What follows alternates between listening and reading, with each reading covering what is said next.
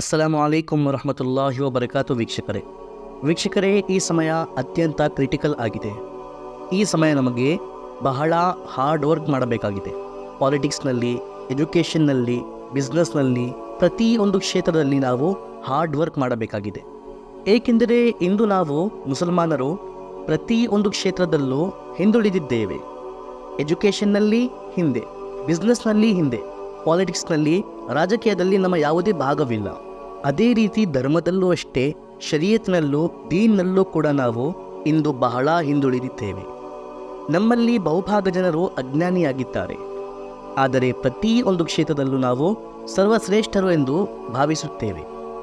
ಮಸೀದಿಗಳಲ್ಲಿ ನೋಡಿ, ನಮಗೆ ಶರೀಯತಿನ ಬಗ್ಗೆ ಏನೂ ತಿಳಿದಿಲ್ಲ, ಆದರೂ ನಾವು ಇಮಾಮ್ರವರಿಂದ ಜಗಳವಾಡುತ್ತಿದ್ದೇವೆ. ರಾಜಕೀಯದಲ್ಲಿ ನೋಡಿ, ಪ್ರಪಂಚದ ಮಾಹಿತಿಯೇ ನಮಗಿಲ್ಲ, ಆದರೂ ನಾನು ಮೆಚ್ಚುವ ನಾಯಕನೇ ಇಡೀ ಜಗತ್ತಿನಲ್ಲಿ ಅತ್ಯಂತ ಉತ್ತಮ ನಾಯಕ ಎಂದು ಪರಿಗಣಿಸಿಕೊಳ್ಳುತ್ತೇವೆ. ಆರೋಗ್ಯದ ಬಗ್ಗೆ ನೋಡಿ, ನಾವೇ ಸ್ವಯಂ ಡಾಕ್ಟರ್ ಆಗಿದ್ದೇವೆ. ನಾವೇ ವಿವಿಧ ಸಲಹೆ ರೋಗಿಗಳಿಗೆ ನೀಡುತ್ತಿದ್ದೇವೆ. ವೀಕ್ಷಕರೇ, ಇದು ನಮ್ಮ ದೊಡ್ಡ ಸಮಸ್ಯೆ. ಇದು ನನ್ನ ಕ್ಷೇತ್ರ ಹೌದೋ ಅಲ್ಲವೋ, ನನ್ನ ಮಾತಿನಿಂದ, ನಾನು ಕೊಡುವ ಸಲಹೆಯಿಂದ ಯಾವ ಲಾಭ ಆಗಬಹುದು, ಯಾವ ನಷ್ಟ ಆಗಬಹುದು, ಇದರ ಬಗ್ಗೆ ನಾವು ಚಿಂತಿಸುವುದಿಲ್ಲ. ಎಲ್ಲದರಲ್ಲೂ ನಾವು ಇಂಟರ್ಫಿಯರ್ ಮಾಡಬೇಕು. ಪ್ರತಿಯೊಂದು ಕ್ಷೇತ್ರದಲ್ಲೂ ನಾವು ಸಲಹೆ ನೀಡಬೇಕು. ಇಂದಿನ ವಿಷಯವೇನೆಂದರೆ, ಕೆಲವು ದಿನಗಳಿಂದ ಸೋಷಿಯಲ್ ಮೀಡಿಯಾ ಮೇಲೆ ಗಲಭೆ ಮತ್ತು ಕೋಲಾಹಲ ಉಂಟಾಗಿದೆ. 7 ಅಥವಾ 8ನೇ ಜನವರಿ 2024ರಂದು ಇಂಡಿಯನ್ ಪಾಲಿಟಿಷಿಯನ್ ಸ್ಮೃತಿ ಇರಾನಿರವರು ಮದೀನಾ ಹೋಗಿದ್ದರು. ಈ ಎಲ್ಲ ಸುದ್ದಿಗಳನ್ನು ಹಾಗೂ ವಿಡಿಯೋಸ್ಗಳನ್ನು ನೀವು ನೋಡಿರಬಹುದು. ನಾವು ಬಹಳ ತಡವಾಗಿ ಈ ವಿಡಿಯೋವನ್ನು ಮಾಡುತ್ತಿದ್ದೇವೆ, ಏಕೆಂದರೆ ಇದು ಯಾವುದೇ ಸ್ಪೆಷಲ್ ಘಟನೆ ಅಲ್ಲ. ಇದರ ಬಗ್ಗೆ ಮಾತನಾಡುವ ಅವಶ್ಯಕತೆಯೇ ಇರಲಿಲ್ಲ. ಆದರೆ ಸೋಷಿಯಲ್ ಮೀಡಿಯಾ ಮೇಲೆ ಪ್ರಾರಂಭವಾಗಿರುವ ಈ ಯುದ್ಧವನ್ನು ನೋಡಿ ಇದರ ಬಗ್ಗೆ ಕಡ್ಡಾಯವಾಗಿ ಮಾತನಾಡಲೇಬೇಕು ಎನ್ನುವ ಅಗತ್ಯ ನಮಗೆ ಕಾಣಿಬಂದಿತು. ಹೀಗಾಗಿ ನಾವು ಈ ವಿಡಿಯೋವನ್ನು ಮಾಡುತ್ತಿದ್ದೇವೆ. Member of parliament Smriti Irani ಇವರು ಮದೀನಾ ಹೋಗಿದ್ದರು. ಅಲ್ಲಿಯ ಕೆಲವು ಪ್ಲೇಸ್ಗಳನ್ನು ವಿಸಿಟ್ ಮಾಡಿ, ಮಸ್ಜಿದೆ ನಬವಿ, ಮಸ್ಜಿದೆ ಕುಬಾ, ಉಹದ್ ಬೆಟ್ಟ, ನಂತರ ಸ್ವಯಂ ಅವರು ತನ್ನ ಎಕ್ಸ್ ಹ್ಯಾಂಡಲ್ನಲ್ಲಿ ಒಂದು ಪೋಸ್ಟ್ ಅಪ್ಲೋಡ್ ಮಾಡಿದರು. ಇದರ ನಂತರ ಪ್ರಾರಂಭವಾಯಿತು ಈ ಜಗತ್ತಿನ ಮಹಾ ಮುಟ್ಟಾಳ, ಅಜ್ಞಾನಿ ಹಾಗೂ ಬುದ್ಧಿ ಇಲ್ಲದ ಜನರ ಯುದ್ಧ. ಮೊದಲು ಕೆಲವು ಸ್ಯಾಫ್ರಾನ್ ಟೆರರಿಸ್ಟ್ಗಳು ಹೇಳಿದರು, ಇದು ನಮ್ಮ ಪವರ್, ನಾವು ಎಲ್ಲಿ ಬೇಕಾದರೂ ನುಗ್ಗುತ್ತೇವೆ, ಇಂದು ಕೇವಲ ನುಗ್ಗಿದ್ದೇವೆ, ಶೀಘ್ರದಲ್ಲೇ ನಿಮ್ಮ ಈ ಪವಿತ್ರ ನಗರವನ್ನು ನಾವು ವಶಪಡಿಸಿಕೊಳ್ಳುತ್ತೇವೆ. ಇವರ ಬಗ್ಗೆ ವೀಕ್ಷಕರೇ ಮಾತನಾಡುವ ಅವಶ್ಯಕತೆ ಇಲ್ಲ, ಏಕೆಂದರೆ ಇವರೆಲ್ಲರ ಬಳಿ ಮೆದುಳು, ಬ್ರೇನ್ ಎನ್ನುವ ಯಾವುದೇ ಒಂದು ವಸ್ತು ಇಲ್ಲ. ನಂತರ ಕೆಲವು ವಿವಿಧ ರೀತಿಯ ಮಸ್ಲಕನ್ನು ಫಾಲೋ ಮಾಡುವವರು ಹೇಳಿದರು, ನೋಡಿ, ಇದಕ್ಕಾಗಿಯೇ ನಾವು ಇಮಾಮೆ ಕಾಬಾ ಹಾಗೂ ಇಮಾಮೆ ಮದೀನರವರ ಹಿಂದೆ ನಮಾಜ್ ನಿರ್ವಹಿಸುವುದಿಲ್ಲ. ಹಾಗೂ ಈಗ ಸ್ಪಷ್ಟವಾಗಿದೆ ಯಾರ ಮಸ್ಲಕ್ ಸರಿ ಹಾಗೂ ಯಾರು ಮುನಾಫಿಕೀನ್, ಕಪಟಿಗಳು ಹಾಗೂ ಗುಸ್ತಾಖೆ ರಸೂಲ್. ಇನ್ನು ಕೆಲವರು ಹೇಳಿದರು, ಓಹೋ, ಸೌದಿ ಉಲಮಾರವರು ತನ್ನನ್ನು ಮಾರಿಕೊಂಡಿದ್ದಾರೆ, ಮದೀನಾದಲ್ಲಿ ನಾನ್ ಮುಸ್ಲಿಮ್ರವರನ್ನು ಅಲೌ ಮಾಡಿದ್ದಾರೆ, ಹಾಗೆ ಹೀಗೆ, ಅದು ಇದು. ಈ 3 ರೀತಿಯ ಜನರುಂಟು ವೀಕ್ಷಕರೇ. ಈ ಸ್ಯಾಫ್ರಾನ್ ಟೆರರಿಸ್ಟ್ಗಳ ಬಗ್ಗೆ ಮಾತನಾಡಿ ಪ್ರಯೋಜನವಿಲ್ಲ, ಏಕೆಂದರೆ ಅವರ ಬಳಿ ಮಾತನ್ನು ಅರ್ಥ ಮಾಡಿಕೊಳ್ಳಲು ಬ್ರೇನ್ ಅಥವಾ ಮೆದುಳು ಇಲ್ಲ. ಇವರು ಬಹಿರಂಗವಾಗಿ ಶಾಂತಿಯ ಶತ್ರುಗಳು, ಅಂಧಭಕ್ತರು. ಇನ್ನು 2ನೇ ರೀತಿಯ ಜನರು, ಇವರು ಬುದ್ಧಿ ಇರುವ ಸಂದರ್ಭದಲ್ಲೂ ಬುದ್ಧಿ ಬಳಸಲು ತಯಾರಿಲ್ಲದ ಜನರು. ಇವರು ಮುಸ್ಲಿಂ ಅಂಧಭಕ್ತರು. ಇವರು ಕೇವಲ ಹೇಳಿದ ಕೇಳಿದ ಮಾತುಗಳನ್ನೇ ನಂಬುವವರು. 3ನೇ ರೀತಿಯ ಜನರು, ಇವರೂ ಕೂಡ ಮಹಾಮುಟ್ಟಾಳರು. ಇವರಿಂದ ಇಂದು ನಾನು ಮಾತನಾಡುತ್ತೇನೆ. ಶರೀಯತಿನ ಯಾವುದೇ ತಿಳುವಳಿಕೆ ಇಲ್ಲದೆ ನೀವು ಮಾಡುತ್ತಿರುವ ಈ ಕಮೆಂಟ್ಸ್ ಮುಖಾಂತರ ಸಮಾಜದಲ್ಲಿ ಮುಸಲ್ಮಾನರ ಇಮೇಜ್ ಎಷ್ಟು ಹಾಳಾಗುತ್ತಿದೆ, ನಿಮಗೆ ಇದರ ಬಗ್ಗೆ ಗಮನ ಉಂಟಾ? ಕೇವಲ ಒಂದು ನ್ಯೂಸನ್ನು ನೋಡಿ, ಒಂದು ವಿಡಿಯೋವನ್ನು ನೋಡಿ, ಇದು ಸರಿಯಾ ತಪ್ಪಾ ಇದನ್ನು ಪರಿಶೀಲಿಸದೆ ಅವರ ಪ್ರತಿ ಕೋಪವನ್ನು ತೋರಿಸುವ ಪರಿಣಾಮ ಏನಾಗಬಹುದು ನಿಮಗೆ ತಿಳಿದಿದೆಯಾ? ಶರೀಯತ್ ಬಗ್ಗೆ, ಹಲಾಲ್ ಹರಾಮ್ ಬಗ್ಗೆ ತಿಳುವಳಿಕೆ ಇಲ್ಲದೆ ಇದು ಆಗುತ್ತಿರುವುದು ತಪ್ಪು ಎಂದು ಹೇಳುವವರು ನೀವು ಯಾರು? ಈ ನ್ಯೂಸನ್ನು ನೋಡಿದ ನಂತರ ಇದು ಸರಿಯಾ ತಪ್ಪಾ ಎಂದು ನೀವು ಎಷ್ಟು ಉಲಮಾರವರ ಬಳಿ ಹೋಗಿ ಕೇಳಿದ್ದೀರಾ? ಕೇವಲ ಇನ್ಸ್ಟಾ ರೀಲ್ಸ್ ಹಾಗೂ ಯೂಟ್ಯೂಬ್ನಲ್ಲಿ ಯಾವುದೇ ಒಂದು ಮಹಾ ಮುಟ್ಟಾಳ ಹೇಳಿದನು, ನೋಡಿರಿ, ಇದು ನಮ್ಮ ಪ್ರಿಯ ಪ್ರವಾದಿ ಸಲ್ಲಲ್ಲಾಹು ಅಲೈಹಿ ವಸಲ್ಲಂ ರವರ ಆದೇಶದ ವಿರುದ್ಧ, ಕುರಾನಿನ ಆಯತಿನ ವಿರುದ್ಧ ಎಂದು ನಿಮಗೆ ಈ ಆಯತ್ ತೋರಿಸಿದನೋ ಈ ಆಯತಿನ ಅರ್ಥವು ನಿಮಗೆ ತಿಳಿದಿದೆಯಾ? ಇದರ ಶಾನಿ ನಜುಲ್ ಏನು ನಿಮಗೆ ಗೊತ್ತಿದೆಯಾ? ಏನೂ ಗೊತ್ತಿಲ್ಲ, ಸ್ವಯಂ ನೀವೇ ಮುಫ್ತಿ ಆಗಿ ಇದು ಹರಾಮ್ ಎಂದು ಫತ್ವಾ ನೀಡುತ್ತಿದ್ದೀರಾ. ಮದೀನಾದಲ್ಲಿ ನಾನ್ ಮುಸ್ಲಿಂ ಹೋಗುವುದು ಹರಾಮ್ ಎಂದು ನೀವು ಯಾವ ಪುಸ್ತಕದಲ್ಲಿ ಓದಿದ್ದೀರಾ? ಏನೂ ಗೊತ್ತಿಲ್ಲದೆ ಸ್ವಯಂ ನೀವೇ ಮುಫ್ತಿ ಆಗಿ ಫತ್ವಾ ನೀಡುತ್ತಿದ್ದೀರಾ ನಾನ್ ಮುಸ್ಲಿಂ ಮದೀನಾ ಹೋಗುವುದು ಹರಾಮ್.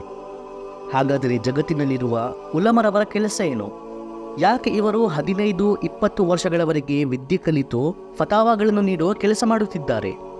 ವಾಸ್ತವಿಕವಾಗಿ ವೀಕ್ಷಕರೇ, ಈ ಮುಠಾಳರಿಂದ ನಾನು ಕೇಳಿದರೆ ಒಂದು ಫತಾವಾ ಪುಸ್ತಕದ ಹೆಸರನ್ನು ಹೇಳಿರಿ, 4 ಇಜ್ತಿಹಾದಿ ಐಮಾರವರ ಹೆಸರನ್ನು ಹೇಳಿರಿ, ಫಿಕಾ ಎಂದರೆ ಏನು ಹೇಳಿರಿ, ಇದರ ಉತ್ತರ ನೀಡುವುದು ಅಸಾಧ್ಯ.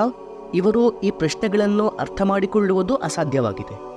ಇವರು ತನ್ನ ನವಜಾತ ಮಗುವಿನ ಕಿವಿಯಲ್ಲಿ ಅಜಾನ್ ಕೂಡ ಹೇಳಬಲ್ಲರು. ಇದಕ್ಕಾಗಿಯೂ ಬೇರೆಯವರಿಗೆ ಕಾಯುತ್ತಾರೆ. ತನ್ನ ತಂದೆಯ ಜನಾಜಾ ನಮಾಜ್ ಯಾವ ರೀತಿ ಓದಿಸುವುದು ಇದರ ಬಗ್ಗೆಯೂ ಕೂಡ ಇವರಿಗೆ ತಿಳಿದಿಲ್ಲ. ಹಾಗೂ ಇವರು ಸೋಷಿಯಲ್ ಮೀಡಿಯಾ ಮೇಲೆ ಏನೂ ತಿಳಿಯದೆ ಮುಠಾಳರಂತೆ ಹಲಾಲ್ ಹರಾಮ್ ಫತ್ವಾ ನೀಡುತ್ತಿದ್ದಾರೆ. ಹಾಗೂ ವೀಕ್ಷಕರೇ, ಆ ಮಹಿಳೆ ಸೌದಿ ಅರಬ್ ಹೋಗಿದ ಕಾರಣವೇನು ಇದೇ ಈ ಮೂರ್ಖರಿಗೆ ತಿಳಿದಿಲ್ಲ. ನಮ್ಮ ಕೆಲಸದಿಂದಲೇ ಆ ಮಹಿಳೆ ಸೌದಿ ಅರಬ್ ಹೋಗಿದ್ದಳು. ಭಾರತೀಯ ಹಜ್ ಯಾತ್ರಿಕರು ಗರಿಷ್ಠ ಸೌಲಭ್ಯಗಳನ್ನು ಯಾವ ರೀತಿ ಪಡೆಯಬಹುದು, ಅಲ್ಲಿ ಸಮಸ್ಯೆಗಳನ್ನು ಎದುರಿಸಬೇಕಾದರೆ ಯಾವ ರೀತಿ ಅವುಗಳನ್ನು ಬಗೆಹರಿಸಬಹುದು, ಹಜ್ ಯಾತ್ರಿಕರ ಕೋಟವನ್ನು ಹೆಚ್ಚಿಸುವುದು, ಇವೆಲ್ಲರ ಬಗ್ಗೆ 2 ದೇಶಗಳಿಂದ ಕೆಲವು ಡಾಕ್ಯುಮೆಂಟ್ ಸೈನ್ ಮಾಡಬೇಕಾಗಿತ್ತು. ಈ ವಿಷಯದ ಬಗ್ಗೆ ಅವರು ಅಲ್ಲಿ ಹೋಗಿದ್ದರು. ಹಾಗೂ ಅಲ್ಲಿನ ಸರ್ಕಾರ ಅವರಿಗೆ ಮದೀನಾದ ಕೆಲವು ಐತಿಹಾಸಿಕ ಸ್ಥಳಗಳ ವಿಸಿಟ್ ಕೂಡ ಮಾಡಿಸಿದರು. ಈ ನಮ್ಮ ಜನರು ಅವರ ಬಗ್ಗೆ ಯಾವ ರೀತಿ ಕೆಟ್ಟದಾಗಿ, ತಪ್ಪದಾಗಿ, ವಿಚಿತ್ರವಾಗಿ ಕಮೆಂಟ್ಸ್ ಮಾಡಿದ್ದಾರೆ. ಹಾಗೂ ಆ ಕಮೆಂಟ್ಸ್ಗಳನ್ನು ಎತ್ತಿಕೊಂಡು ಮಾಧ್ಯಮಗಳು ಮತ್ತು ಮುಸಲ್ಮಾನರನ್ನು ಕೀಳಾಗಿ ಕಾಣುವಂತೆ ಮಾಡಲು ಬಯಸುವ ಜನರು ಅವಕಾಶ ನೋಡಿ ಮುಸಲ್ಮಾನರು ದಕಿಯಾನುಸಿ ಜನರು, ಮುಸಲ್ಮಾನರು ಹಾಗೆ ಹೀಗೆ ಎಂದು ಸೋಷಿಯಲ್ ಮೀಡಿಯಾ ಮೇಲೆ ಗಲಭೆ ಉಂಟು ಮಾಡಿದ್ದಾರೆ. ಅವರಿಗೆ ಈ ಅವಕಾಶ ನೀಡಿದವರು ಯಾರು? ನಾವೇ ತಾನೇ, ನಮ್ಮ ಅಜ್ಞಾನ ಮತ್ತು ಮುಟ್ಟಾಳ್ತನದಿಂದ. ಇರಾನಿರವರು ಅಲ್ಲಿ ಭೇಟಿ ನೀಡಿದ ನಂತರ ಎಕ್ಸ್ ಹ್ಯಾಂಡಲ್ನಲ್ಲಿ ಒಂದು ಪೋಸ್ಟ್ ಮಾಡಿದ್ದಾರೆ. ಆ ಪೋಸ್ಟ್ ಬಹಳ ಉತ್ತಮವಾಗಿದೆ. ಅದರಲ್ಲಿ ಅವರು ಹೇಳಿದ್ದಾರೆ, ಇಂದು ನಾನು ಮಸ್ಜಿದ್ ನಬವಿ, ಮಸ್ಜಿದ್ ಕುಬಾ, ಉಹದ್ ಬೆಟ್ಟ ಹಾಗೂ ಇಸ್ಲಾಮಿನ ಒಂದು ಪವಿತ್ರ ನಗರ ಮದೀನಾಗೆ ಭಾವಪೂರ್ವ ಭೇಟಿ ನೀಡಿದೆ. ಹಾಗೂ ಇದರ ಸಂತೋಷವನ್ನು ಅವರು ಅದರಲ್ಲಿ ವ್ಯಕ್ತಪಡಿಸಿದ್ದಾರೆ. ಇದು ಒಂದು ಪಾಸಿಟಿವ್ ಕಾರ್ಯವಾಗಿತ್ತು. ಮದೀನಾ ಬಗ್ಗೆ ಅವರು ಹೇಳಿದ ಈ ಅಭಿಪ್ರಾಯವನ್ನು ನಾವು ಅಪ್ರಿಷಿಯೇಟ್ ಮಾಡಬೇಕಾಗಿತ್ತು. ಹಾಗೂ ಒಂದು ನಾನ್ ಮುಸ್ಲಿಂ ಆಗಿ ಅವರು ಅಲ್ಲಿ ಹೋಗುವುದು ಸರಿಯಾ ತಪ್ಪ, ಇದನ್ನು ಉಲಮಾರವರು ಡಿಸೈಡ್ ಮಾಡುತ್ತಾರೆ. ನೀವು ಯಾಕೆ ಮುಫ್ತಿ ಆಗುತ್ತಿದ್ದೀರಾ? ಈ ಕಮೆಂಟ್ಸ್ ಮಾಡಿದವರು ಇಂದು ಫಜರ್ ನಮಾಜ್ ಕೂಡ ಓದಿಲ್ಲ, ನಮಾಜನ್ನು ಬಿಟ್ಟಿದ್ದಾರೆ. ನಮ್ಮ ಪ್ರಿಯ ಪ್ರವಾದಿ ಮುಹಮ್ಮದ್ ಸಲ್ಲಲ್ಲಾಹು ಅಲೈಹಿ ವಸಲ್ಲಂ ರವರ ಕಣ್ಣಿನ ತಂಪನ್ನು ಹಾಳು ಮಾಡಿದ್ದಾರೆ.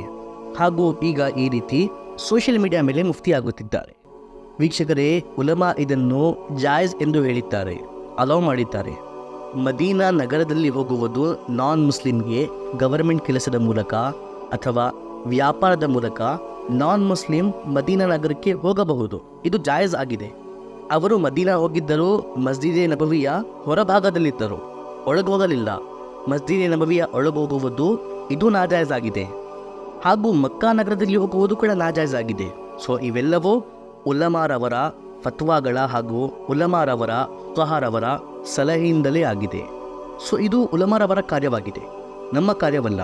ನಾವು ನೀವು ನಮ್ಮ ಈಮಾನನ್ನು ಸರಿಪಡಿಸಬೇಕು ಹಾಗೂ ನಮ್ಮ ನಾಲೆಜನ್ನು ಶರೀಯತ್ ಬಗ್ಗೆ ಹೆಚ್ಚಿಸಬೇಕು. ಉಲಮಾರವರ ಕೆಲಸ ಉಲಮಾರವರಿಗೆ ಬಿಟ್ಟು ಬಿಡಿ. ನೀವು ಜಾಸ್ತಿ ಹಾರಾಡಲು ಬಯಸಬೇಡಿ. ನಿಮ್ಮ ಈ ಕೀಳ ತಪ್ಪಿನಿಂದ ಸೋಷಿಯಲ್ ಮೀಡಿಯಾನಲ್ಲಿ ಮುಸಲ್ಮಾನರ ಬಗ್ಗೆ ಚರ್ಚೆ ಆಗುತ್ತಿದೆ. ನೋಡಿರಿ ಮುಸಲ್ಮಾನರ ಮೆಂಟಾಲಿಟಿ ಹೇಗಿದೆ, ಬೇರೆ ಧರ್ಮದವರ ಬಗ್ಗೆ ಇವರ ಭಾವನೆಗಳೇನು ನೋಡಿರಿ ಎಂದು ಅವರು ಸೋಷಿಯಲ್ ಮೀಡಿಯಾ ಮೇಲೆ ಗಲಭೆ ಉಂಟು ಮಾಡಿದ್ದಾರೆ. ಇದಕ್ಕೆ ಕಾರಣ ಯಾರು? ಈ ಎಲ್ಲ ಕಮೆಂಟ್ಸ್ ಮಾಡಿದ ಆ ಮುಠಾಳ ಮೂರ್ಖ ಮುಸಲ್ಮಾನರು, ಅಜ್ಞಾನಿ ಮುಸಲ್ಮಾನರು. ಹೈರ್ ವೀಕ್ಷಕರೇ, ಇದರಿಂದ ನಮಗೆ ತಿಳಿಯುತ್ತದೆ ಉಲಮಾರವರಿಂದ ಕೇಳದೆ ನಾವು ಏನೂ ಮಾಡಬಾರದು, ಏನೂ ಹೇಳಬಾರದು. ಇದು ಇಡೀ ಜೀವನದಲ್ಲಿ ನಾವು ಗಮನವಿಟ್ಟು ಮಾನವರಂತೆ ಜೀವನ ನಡೆಸಬೇಕು. That's it for today. ಅಲ್ಲಾಹ್ ನಮ್ಮೆಲ್ಲರನ್ನು ಹಿದಾಯತ್ ನೀಡಲಿ. ಹಾಗೂ ಉಲಮಾರವರಿಂದ ಎಲ್ಲವನ್ನು ಕೇಳಿ ಉಲಮಾರವರ ಸಲಹೆಯ ಪ್ರಕಾರ ಅಲ್ಲಾಹನಿಗೆ ಮೆಚ್ಚುವ, ಅಲ್ಲಾಹನ ಸಂತೋಷದ ಪ್ರಕಾರ ಜೀವನ ನಡೆಸಲು ಅಲ್ಲಾಹನು ನಮ್ಮೆಲ್ಲರನ್ನು ಅನುವು ಮಾಡಿಕೊಡಲಿ. ಫಖತ್ ವಸ್ಸಲಾಂ.